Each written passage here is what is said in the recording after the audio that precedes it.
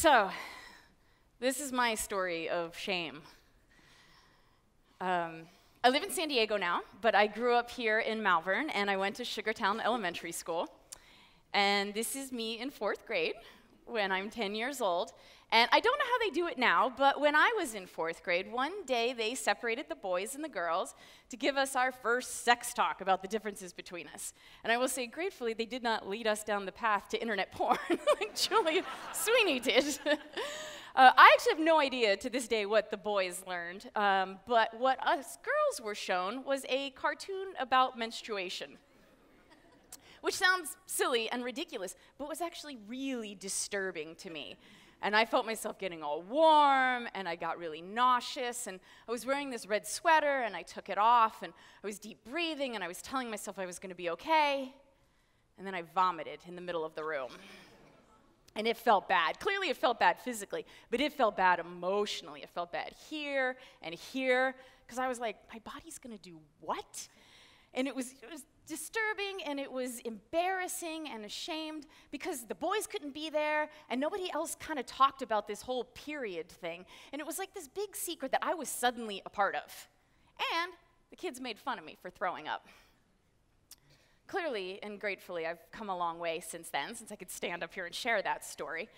And also, I am a specialist in the sex field. And it's interesting, when folks hear that I am a specialist in the sex field, they tend to picture the more physical aspects of sex. Orgasm, body parts, techniques, positions, and those are all really important parts of sex. We're all, sex is a natural thing. Humans, just like all animals, have sex. We do it for fun, we do it for pleasure, we do it for procreation. But where I come in as a sociologist is looking at the fact of so much of what we know and do around sex is learned through a particular cultural lens that shapes our upbringing.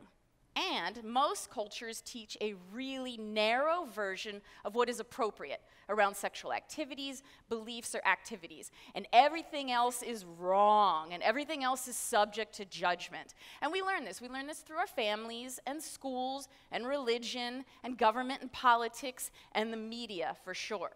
And this negativity, particularly around female sexuality, leads to disempowerment. So what do I mean by disempowerment? Let's first look at what empowerment is. Empowerment is the ability to make choices in your best interest. So disempowerment is when that is taken away from you, your ability to make choices, either directly by somebody else or because you've been taught that you don't have the worthiness, or you don't have the right, or you don't have the ability to make your own choices. So I want to take a look at different aspects of disempowerment, various aspects of disempowerment, particularly around female sexuality, around the world. So first, sex trafficking, a modern-day sex slavery. An estimated 3 million women and girls are coerced into sex trafficking worldwide. And once they're in it, they're often stuck. Because of the stigma around it, they can't get other jobs, and their families won't necessarily take them back. And there's this amazing book around this topic around the world called Half the Sky. And those authors add this perspective. Stoic docility, in particular acceptance of any decree by a man, is drilled into girls in much of the world from the time they are babies. And so they often do as they are instructed, even when the instruction is to smile while being raped 20 times a day. Or consider female genital mutilation. This is when a girl is held down and part or all of her external genitals are cut off. This is a cultural rite of passage in some Middle Eastern and African countries, generally to girls between ages 2 and 15. 27-year-old Istar reflects back, "When he was done, I felt so ashamed that these people saw my private parts, and these men actually touched it. I've blocked it out for many years, pretending that it never happened, but I could no longer ignore it after my beautiful little girl was born. I knew as a mother I couldn't let that happen to my daughter." Or consider rape as a tactic of war. Now, we all know rape is part of war, unfortunately. However, rape as a systematic tactic of war is when boys and men are instructed to rape women and girls, particularly virgins, because they culturally know that 1, the females will be blamed, 2, it will shame their families, and 3, that when you fracture families, you therefore weaken communities, and they're easier to defeat. So how prevalent is this?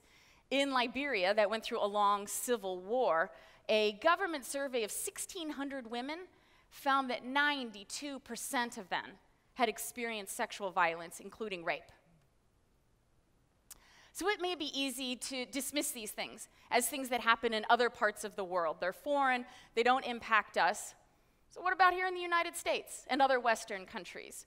What are our belief systems around female sexuality? Well, let's start with the Steubenville High School rape case of 2012. 2 high school football players were found guilty of raping a passed-out girl at a party. And despite the ample and disturbing social media evidence around it, because there was a lot of teenagers that just stood and watched and recorded it, their coaches made jokes about it and still tried to protect the boys. Or Sandra Fluke, who was a law student in Washington, D.C., and she spoke to the House Democrats about health insurance coverage of birth control for women. Rush Limbaugh, quite publicly, had a comment in response to her. Fluke essentially says that she must be paid for sex. And what does that make her? Makes her a slut, right? It makes her a prostitute. She wants to be paid to have sex. She's having so much sex, she can't afford the contraception. She wants you and me and the taxpayers to pay her to have sex. Or consider women faking orgasm. Clearly a much more mundane topic than the other ones I've addressed. However, quite relevant and quite common. There was a study of young heterosexual women that asked them about faking orgasm during intercourse. And 80% of those women said that they faked orgasm during intercourse half the time. That is a lot of fake pleasure. These are really different topics around the world, and these are really complex topics around the world, and I do not presume to understand the complexity of female sexuality in all these places. However, I will argue that they are all unified by a theme that perpetuates this disempowerment, and that is shame. Specifically, unquestioned cultural teachings that female sexuality needs to be controlled through shame. It's the controlling of women's minds and bodies through shame. So I actually would like for you to have a little experience of what shame feels like. So I'm going to ask you to close your eyes for a moment, just for about a minute or so. And I'm going to pose some questions to you. And I want you to sit with them.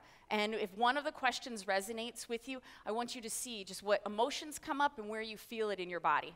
And in particular, if one of the questions resonates with you, then you could just kind of tune out the rest of what I say and stick with that, because I really want you to be in this moment. So close your eyes if you haven't yet. And consider, was there a time that you were ever told that you were sexually immoral? That you were told you were too sexual? A whore, a slut? Not sexual enough? A prude? A time you were ashamed of a part of your body? Or felt like you had to hide part of your sexuality? Was there a sexual topic you wanted to bring up with a partner but you were afraid to because you thought they would judge you? Or if you're a man, were you ever called a sissy or a pussy or a fag? Sit with this feeling for a moment. And now open your eyes. That feeling, if you were able to evoke it, that feeling is shame. And research shows that we tend to feel it in our solar plexus, in our chest, and up into our face. And it feels bad. We will do anything we can to not feel that. So we follow the rules. We numb ourselves with alcohol and drugs. We distract ourselves on the internet. We presume that there was something wrong with us, that we were fundamentally wrong. And we definitely want to bury our heads in the sand. There's a phenomenal researcher on shame and vulnerability, Brené Brown, and she's got amazing TED Talks out there. And she says that shame loves secrecy. And this is so true. Shame thrives on it. So how does all of this impact you or the women you know and love? Well, consider 8-year-old Melissa. She was found masturbating by her mom, who slapped her hand away and told her she was dirty and wrong and that she would go to hell. The impact? Melissa's now 31. She's never had an orgasm, and she thinks her genitals are disgusting and presumes everybody she dates thinks the same. Or college sophomore Anna, who had sex for the first time with a condom and broke out with herpes a week later. And she hears all around her in the sorority she's in and in the fraternities how dirty and undesirable women are who have STDs or STIs. The impact? She shut herself down. She's keeping this as a secret. She stopped trying to date. She truly believes that any future chance of dating or relationships or sex is over for her. She's 19. Or Elizabeth Smart. We probably all heard this in the news. 2002, 2003, the young girl that was kidnapped, raped daily, held captive for 9 months until she was rescued. Now, she learned in the religion she grew up in that you should not have sex before marriage. And if any girl did, she would be like a used piece of chewing gum that no one would want. The impact? Since she believed she was now worthless and had lost her worthiness, there were times she could have escaped, but didn't, because she figured, what's the point? This is the impact of internalized sexual shame. And I argue that this matters to all of us, because this impacts all of us. We probably all like to believe we are compassionate humans who will reach out a hand to somebody who's in need or suffering. Well, shame is suffering. Or your mother, your daughter, your wife, your sister, your lover, your friend. They are all impacted by this because they are judged by it, whether they want to be or not, and judge themselves by it. Shame is built into the fabric of relationships and cultures, and therefore real and meaningful conversations do not happen. Sex and intimacy are meant to bring us together and bond us in this amazing experience that humans can have. And shame keeps us separate and distant. Shame interferes with public health in terms of people choosing to protect themselves and get tested and being honest with the people that they sleep with. And quite frankly, shame interferes with good sex, and it may be interfering with your good sex.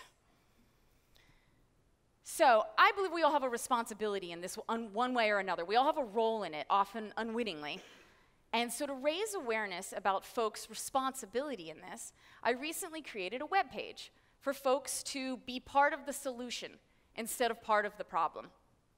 And I gave folks the chance to say, what are they going to take a stand for and commit to around ending or reducing female sexual shame and sexual shame overall? And this is what some of them have started writing. I will take a stand for all the females who are judged for having had multiple sex partners, yet they are considered a slut when men are not.